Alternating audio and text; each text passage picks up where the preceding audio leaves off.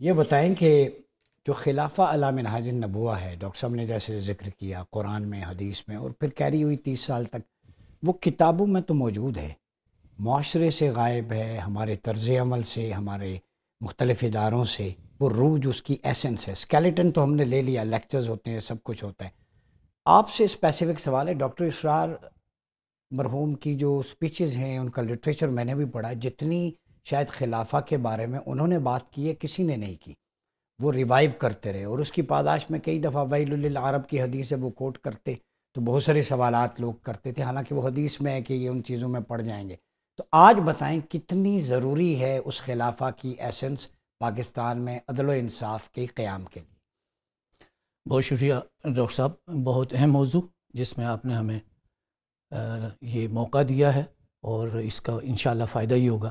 کہ ہم قوم کو بھی ایجوکیٹ کریں، اس کے نوجوانوں کو بھی ہم آگاہ کریں، اور اس کے جو ذمہ داران ہیں ارباب حل وقت ان تک بھی یہ پیغام پہنچائیں۔ سب سے پہلی بات تو یہ ہے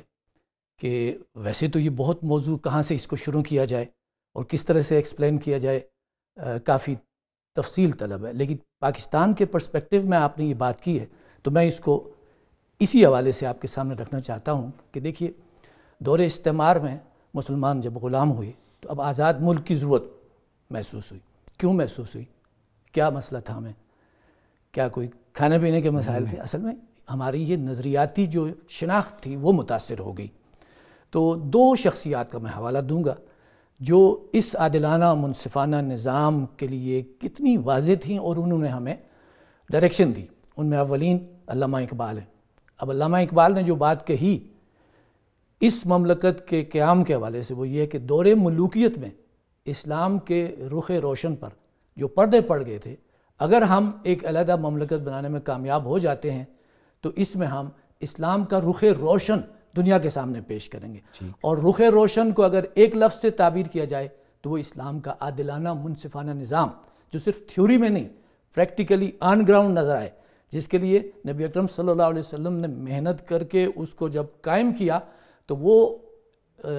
جملہ آپ نے ارشاد فرمایا جو آب زر سے لکھے جانے کے قابل ہے۔ آپ نے فرمایا تم اس فاطمہ کی بات کر رہے ہو جس نے چوری کی ہے، اگر فاطمہ بنت محمد بھی ہوتی صلی اللہ علیہ وسلم و رضی اللہ عنہ تو میں اس کا بھی ہاتھ کاٹ دیتا۔ اور پھر وہ تاریخ ساز جملہ ارشاد فرمایا کہ تم سے پہلے قومیں ہلاک اس لیے ہوئیں کہ ان میں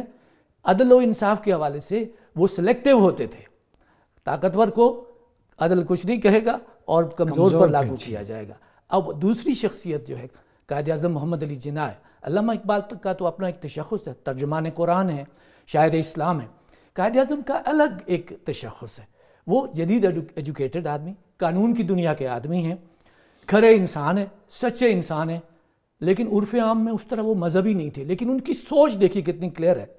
اور یہ میں ان کی آخری الفاظ آپ کو بتا رہا ہوں، تقریباً آخری الفاظ ہیں جو زیارت میں جب وہ بیماری کے عالم میں ہیں، اب قریب بس اللہ کے ہاں جانے کے لیے گویا کہ ایک معاملہ ہو رہا ہے، تو اپنے دو معالجین کے سامنے، ان میں ایک ڈاکٹر ریاض علی شاہ صاحب ہیں، ڈاکٹر ریاض علی شاہ صاحب کے کے ریٹائرڈ پروفیسر ہیں، مجھے نہیں معلوم کہ حیات ہیں کہ نہیں، وہ بتاتے ہیں کہ قائد اعظم نے آخری وقت میں کہا کہ میں بہت خوش ہوں doctor, I am very happy. تو ہم نے سمجھا کہ یہ شاید صحت کے بارے میں کچھ عرض فرمانے جا رہے ہیں۔ انہوں نے کہا کہ پاکستان بن گیا، doctor I am very happy, Pakistan has come into existence. اور دوسری بات انہوں نے یہ کہی، انہوں نے کہا یہ ہمارے لیے ممکن نہیں تھا اگر نبی اکرم صلی اللہ علیہ وسلم کا فیض نہ ہوتا۔ اور نمبر دو بات انہوں نے جو کہی، اور وہ یہ کہ اللہ نے ہمیں موقع دے دیا ہے کہ ہم اس مملکت کو خلافت راشدہ کا نمونہ بنائیں تاکہ اللہ کی بادشاہی زمین کے اوپر قائم ہو جائے۔ تو واقعتاً پاکستان کے پس منظر میں ہم سمجھتے ہیں، جس طرح ڈاکٹر صاحب نے فرمایا، ایسنس چاہیے، صرف تھیوریٹیکل نہیں، پریکٹیکل۔ اور اس کے لیے خاص طور پر 3 اجتماعی شعبوں کو اگر ٹارگٹ کر کے، جس میں سماج، معیشت اور سیاست، ان تینوں کو اگر خلافت راشدہ کے نمونے کے مطابق ہم ڈھال لیں تو وہ جو ڈاکٹر صاحب نے مثال دی کہ ویسٹ اس کو فالو کر رہا ہے، تو واقعتاً اس وقت ویلفیئر سٹیٹ کا جو بہترین ماڈل اسکینڈینیوین ممالک میں ہے، اس کو ہم کہہ سکتے ہیں کہ دراصل وہ انہوں نے نقل کی ہے ہمارے نظام۔ چیزیں ہماری تھیں ساری، بالکل درست ہے، ہماری کتابوں میں پڑھائی جاتی ہیں، دعویٰ بھی ہے، جمعہ ہے، کمیونٹی ایک سینٹر مسجد کو کہہ لیں، ریفریشنگ کورس ہوتا ہے ہر جمعے کو، کیا ہمارے وارثان محراب و منبر وہ تلقین نہیں کر رہے جو دین کی دعویٰ ہے، جو ڈاکٹر صاحب بات کر رہے ہیں، آپ یہاں بیٹھ کے کر رہے ہیں، ناظرین کو ان کی تربیت کر رہے ہیں، نالج آگے پہنچا رہے ہیں؟ ہر ہفتے اگر جمعے سے یہ میسج جائے، مسجد سے جائے، وہ کمیونٹی ماڈل کا نقشہ، وہیں پہ تو فیصلے ہوتے تھے رسول اللہ کے دور میں، تو مسجدیں بھی ہم نے سکیڑ دی ہیں، جہاں پہ لکھا ہوتا ہے یہاں پارکنگ نہیں کرنی، کوڑا نہیں پھینکنا، وہیں پہ آپ دیکھیں گے پھینکتے ہیں، وہ ایسنس غائب ہے۔ تو اس کا مطلب ہے سارے کام حکومتوں یا اداروں کے نہیں ہیں، پبلک اویئرنیس میں اہل علم کا کتنا کردار ہے وہ بھی تو بتائیں ڈاکٹر صاحب۔ جی دیکھیے، وہ ایک کہاوت ہے نا کہ پانی نیچے اوپر سے نیچے کو فلو کرتا ہے نا، ایسے ہی نظام جب اوپر سے ٹھیک ہوتا ہے نا تو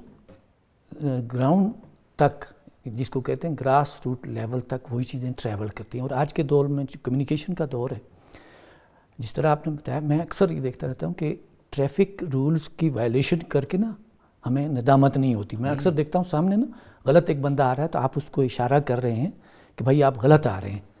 تو وہ آپ بلکہ الٹا آپ کا منہ چڑھاتا ہے، وہ کہتا ہے کہ چھوڑیں، یہاں سارے سب اسی طرح کر رہے ہیں۔ ایک جملہ بولا جاتا ہے پاکستان میں سب چلتا ہے۔ اب دیکھیے کہ یہ کتنی خطرناک بات ہے، انتہائی خطرناک بات ہے۔ اس حوالے سے میری سبمیشن یہ ہے کہ اصل میں جب آپ نظام کو بدلتے ہیں، حکومت کا مطلب کیا ہے؟ جو اسٹیٹ جو ایک معاملہ ہوتا ہے تو اس کا مطلب یہ ہوتا ہے کہ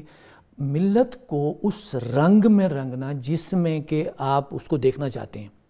آپ کا میڈیا، جیسے آپ ماشاءاللہ اکثر ایک میں نے آپ کے پروگرام کو دیکھا جس میں آپ نے اس نوجوان کو اپریشیٹ کیا کہ وہ اپنی ٹیلنٹ کا اظہار پاکستان میں کر رہا ہے۔ جی بالکل۔ تو برین ڈرین جو ہو رہا ہے اس کے حوالے سے آپ کی بڑی زبردست آپ نے وہ بات کی۔ یہی چیزیں ہم لوگوں کو سمجھانے کی کوشش کر رہے ہیں کہ بھائی اپنی اس ملک کی قدر کرو، اس ملک کو، یہ ایک یونیک ملک ہے اللہ نے جو ہمیں دیا ہے، اور یہ کئی اعتبارات سے، یعنی ایک تو ہم اس کی بنیاد اسلام پہ اوپر ہے، لا الہ الا اللہ محمد رسول اللہ پہ ہے، اور انشاءاللہ قائد اعظم کے تصور کے مطابق اس کو خلافت راشدہ کا نمونہ بھی بننا ہے۔ ایک ویسے دنیاوی اعتبار سے دیکھا جائے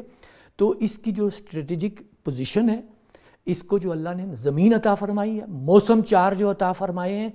یہاں کی ہر چیز اتنی عمدہ ہے کہ دنیا کے مختلف ملکوں میں جانے کا مجھے بھی موقع ملا ہے،